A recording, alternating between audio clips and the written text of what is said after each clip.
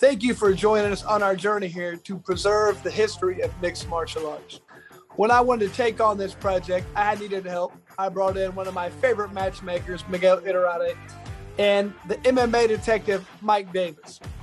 So to do this, we've been able to preserve history. Welcome and enjoy. My name is Mike Davis. Along with me, as always, Miguel Iturrate. Miguel, we're taking a Wayback Machine. We are going back to 1998, where we talk about the inaugural ADCC happening in Abu Dhabi. And we're going to talk about Renzo Gracie, his relationship with Sheikh Takun, as well as the process of people getting there as compared to how it is today. So why don't we start with that question, Miguel? 1998, were you there, yes or no? No, I did not attend the 1998 show. I don't think a lot of people knew about it in the business. It wasn't widely known. I don't know exactly where they advertised or applied for people. Some big resumes got in, and then some fighters that would never be able to get into Abu Dhabi again competed in the 1998 as they filled brackets. And so it definitely was an interesting year and a historic year. You sort of kind of heard the news after the show that, you know, what had happened and stuff, and some video leaked out and there were things like that, but it wasn't a widely known thing. And if you knew about it, I think a lot of people were like, Abu Dhabi, where, you know, right. They weren't 100% sure if it was on the up and up. They'd never been on the radar as a place for fighting, you know? So let's talk about how it came to fruition. Okay. I was North American representative for Abu Dhabi from 99 to 2007. So I think I'm probably one of the closest Americans who could tell the story, though I wasn't there. The story is Sheikh Takun attended college in California where he was exposed to jiu-jitsu. Most of the people he trained jiu-jitsu with there report not knowing he was, you know, royal family from another country, that he cleaned mats and learned jiu-jitsu, you know, paying his dues kind of thing. At some point, he graduated, went home, and that's where the 98 tournament comes in, is he decides to do an invitational and bring people in and do a tournament under jiu-jitsu rules, but fighting rules, and that's where his rule set came in. It was important to add a touch or a flavor to it. It wasn't just going to be traditional jiu-jitsu.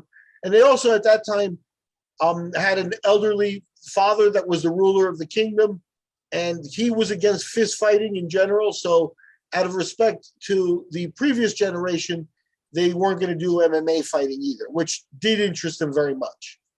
That's excellent. So, and obviously, no gi tournament. So 1998, we're not really sure how they advertised, probably message boards, emails, word of mouth, and like as a core group of people that he probably knew from the California scene, correct? Yes, I agree. And you know, some recommendations, some awareness of jiu-jitsu, very legitimate fighters were at the tournament, but you know, we're going to go over Renzo Gracie's bracket in general. I'm just going to mention some of the other names that were there. Abu Dhabi already had their own team. It consisted of Russian and Uzbeki fighters. Kareem Barklev was already there and competed the first year. Carlos Newton, a known MMA veteran, competed. Adrian Serrano, a Midwest warrior, competed. Oleg Tiktarov competed. Joe Charles. Yeah, Joe Charles, another, you know, a little bit misplaced probably, right? But for the time, still a name, a lot of name value there. Then you had, you know, in 66 kilogram bracket, still to this day on their website, there's a guy named Mark. You know, we don't know anything else about Mark. It's just that it was Mark. And he, you know, competed in the 8-man tournament that first year. So the first year was like a foreshadowing of what was to come. A lot of superstars. The tournament, you know, when news decimated that it you know got out that it had happened, there was really no negative buzz about it at all. It was more after than it was during. That is correct. And it became the stuff of legends, like right away. Like the videos that we're seeing was Sperry, you know, being given like a big curved gold knife and, you know, awards and stuff. And then there are stories about sponsorships and things there. So 1998 was definitely a legitimate year. I know. Right. Let's get into that. Let's get into this. So what was the cash prizes the first year? I think they were always the same. $10,000 for the winners of the tournaments. 5,000, 2,500, and 1,000. So the top 4 positions win money. But everybody talks about the sponsorship that they had received from the local people, the watches, the gold bars, the gold belts. Everybody always talks about just what an amazing experience is. And it's so much so to where even the people, whenever they're deciding the new city for the next ADCC, everybody talks about, let's go back to Abu Dhabi. Let's go back to Abu Dhabi. And it's something that's I think not they know. interest. I think, as a culture, and you're talking about, the ruling family of the country sponsoring this event. So as a culture, I think that they're accustomed to having people looking for money there. And I don't know that they'll go back to Abu Dhabi. I know that when they left Abu Dhabi, that was a lot of the thinking. The local sponsors were not the same in Brazil. And that was actually like a little running joke. It's like, people aren't getting $30,000 to wear a T-shirt for a perfume company from Abu Dhabi, and the kind of stories that you heard in the past. Right. I believe in 1998, it was the first year. It was, Sheikh Taknoon really basically hosting, still a very young man. I think this is probably the most ostentatious year, and rightfully so. I think, you don't stay rich by, giving all your money away. So I think they had a fantastic first year that was kind of like a party where you were there. And then they started learning lessons and started trying to do it on a budget very quickly after that, as anybody would do savvily. One story to tell here is that the first year, I believe every fighter was accompanied by somebody, a cornerman. That would go away right away because there were managers and pushy people over there that very first year. And every year after that, every fighter came over and was roommated with another fighter, and they had no entourage. If teams went or people flew themselves in, that happened, but no fighter got a corner man anymore after 1998, and that was because of them trimming down the budget and not liking. They'll give their money to who they want. They don't need to be asked for it, and I think managers and pushy people didn't strike them as cool. They wanted to anybody. Obviously, you gave that example. Is there anyone you're willing to talk about that maybe fell into that category? The story, the big story there is Mario Sperry himself, the guy who came out with the win. And the absolute tournament is a $50,000 tournament. So Sperry won his tournament in the absolute, and so took home $60,000 just on prize money, and then whatever sponsorships came.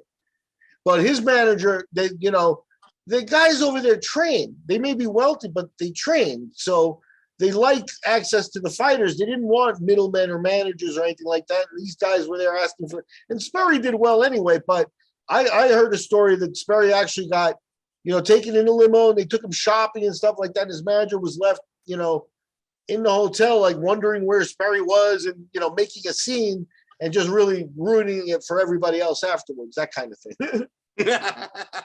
Well, I'm glad. Hey, ladies and gentlemen, that's what this podcast is all about. We kind of get to the nitty gritty. We get our hands dirty. Let's talk about March 20th, 1998, 16-man bracket. First and foremost, do you think that the bracket was kind of catered towards Renzo Gracie winning? Okay. And here's the situation. No, it will be my immediate answer. I think at some point, you have to realize, if you think the Sheik wanted to do a whole tournament, like this giant tournament, and invite everybody from around the world just to make like a friend the winner, I think you've got it wrong. I think he clearly has a relationship of friendliness with Renzo. But I think that you get into the point of, like, you're talking about macho guys, and they kind of like to one-up each other. And at the end of the day, that tournament has a lot of guys that were from the Middle East that weren't going to be able to compete in future Abu Dhabis because of the level they bring. But he also went out and got Matt Hume. Matt Hume versus Renzo Gracie should have been the finals of that tournament. And it didn't turn out because of Hume's injury. But Hume, Renzo Gracie in 1998, you're talking about a super fight for the ages. And that's what not only that, let's look at Renzo's first opponent. It's Frank Trigg. Like Frank Trigg, right from University of Oklahoma wrestling program. He's a black belt under Neil Melanson. He's one of the highest stand system guys. And like Frank Trigg is kind of like, in my opinion, you got Matt Hume, you got Renzo. Frank Trigg is probably 2 or 3. You can argue who number 1 is, but 2 or 3 is Frank Trigg, and that's his opening round draw. That's the stiffest opening round draw in the entire tournament.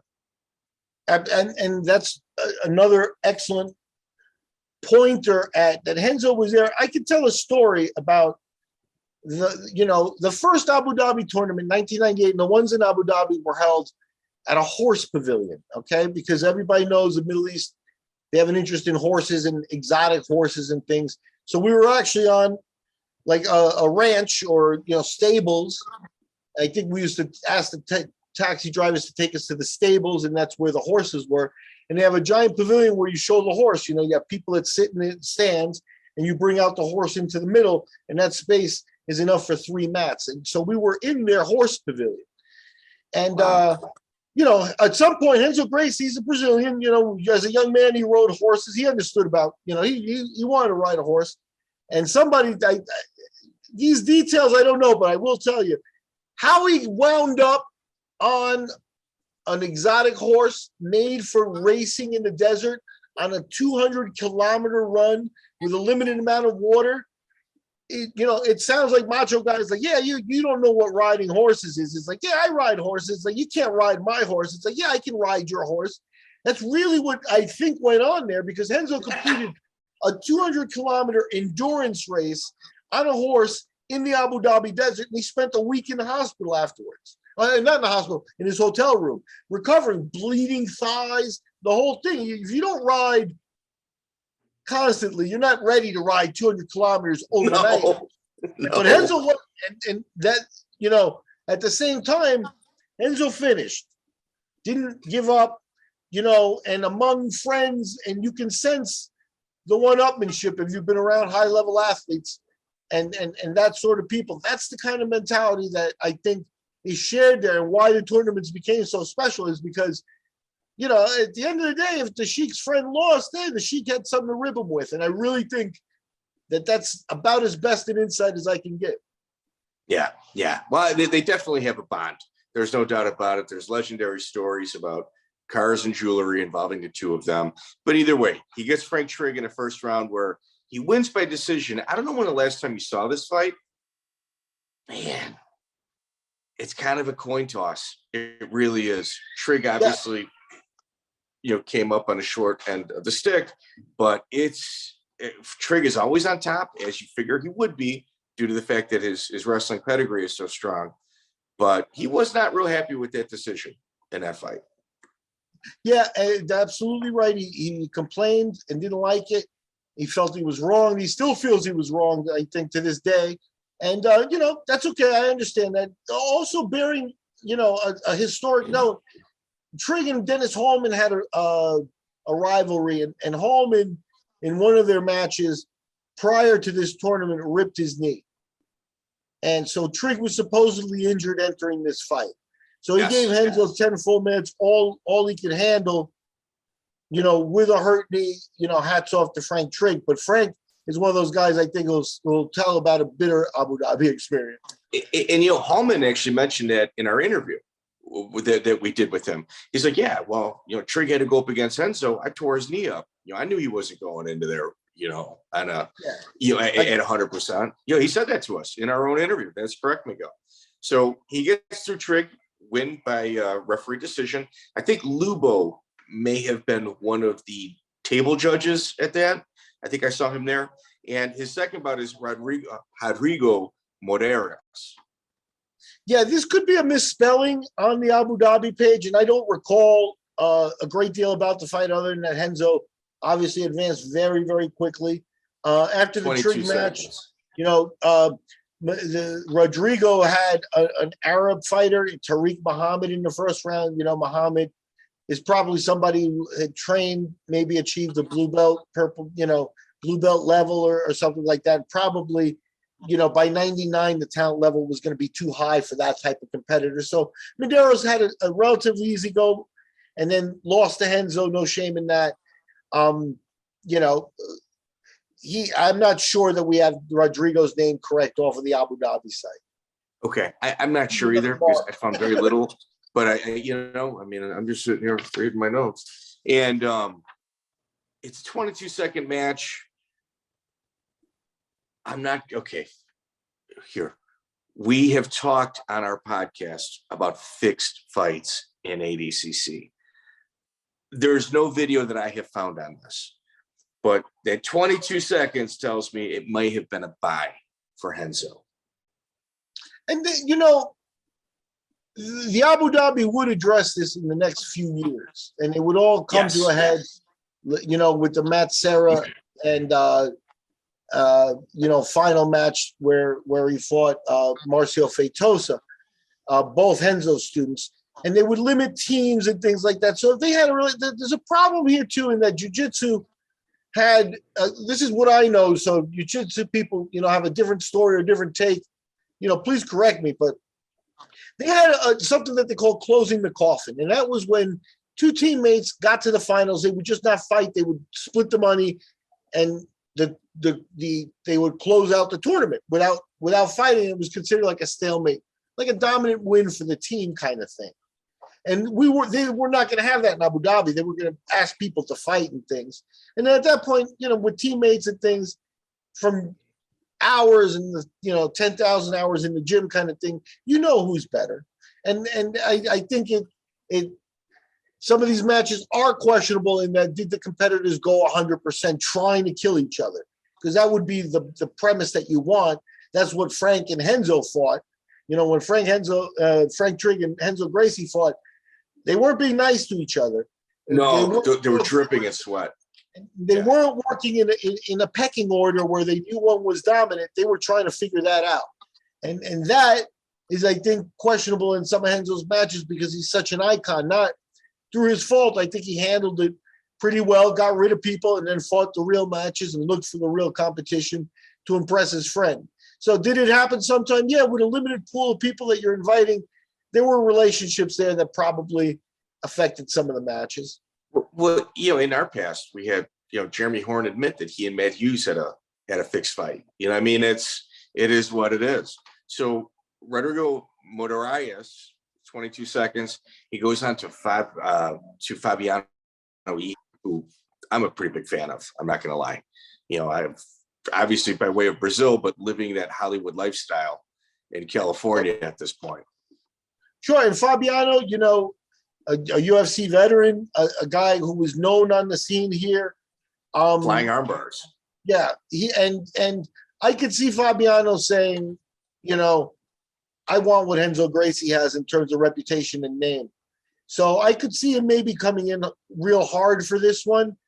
But, Renzo's just about as an elite competitor. And here you got really the highest level of Renzo that you're going to get, I think, in terms of focus.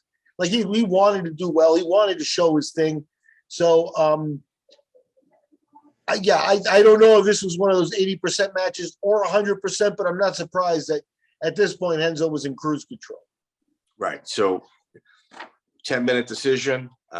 He goes on to the finals against Luis Brito. Luis Brito has got a very interesting path to the finals.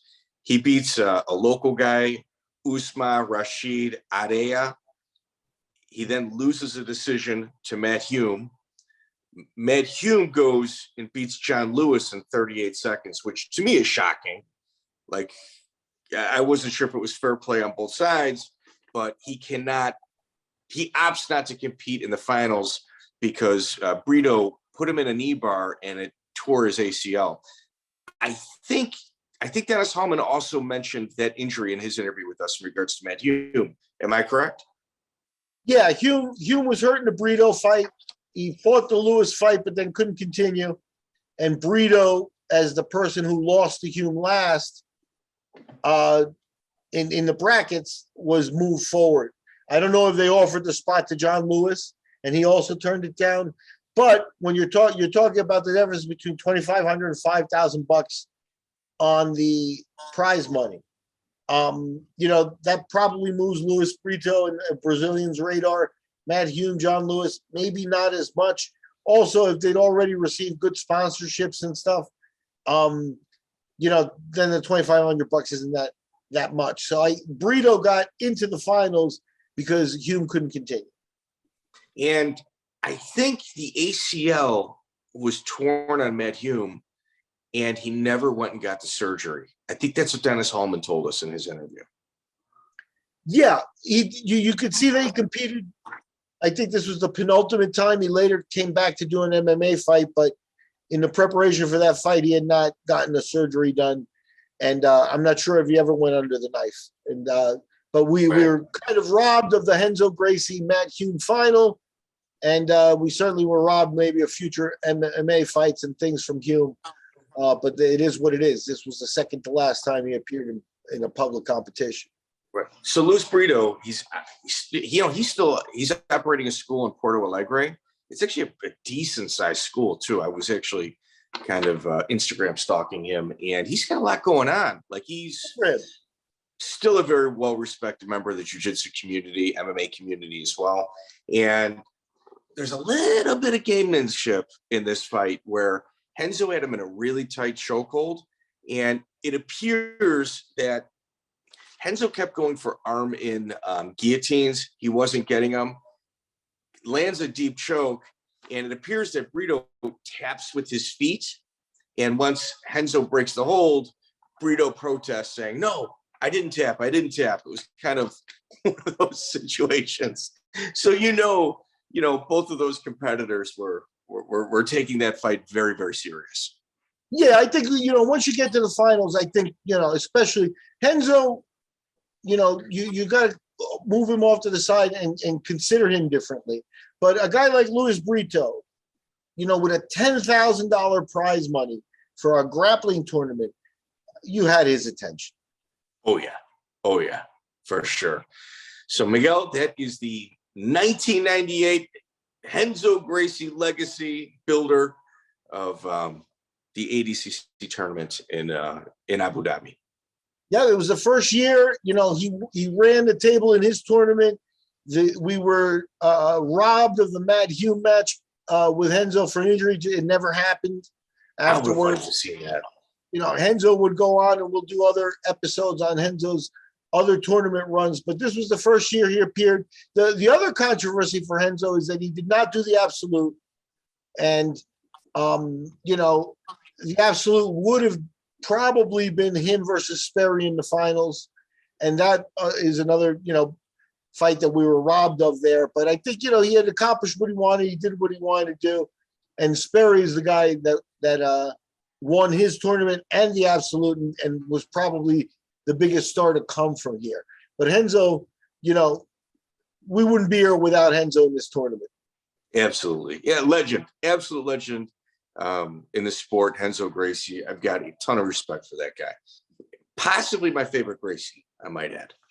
Eve Edwards' favorite Gracie, on the record, he said it. So absolutely. So Renzo, ladies and gentlemen, hats off, much respect. For one-time Abu Dhabi champion, 1998, was the easiest of his runs probably, but he wasn't there for easy work. He was there for a challenge, and he was there embracing it, and that's a fact. The 1999, he'd be back with a very good, very representative team, and we'll cover that in a future episode. Miguel, that wraps up this segment, and now we've got a few more of these coming up.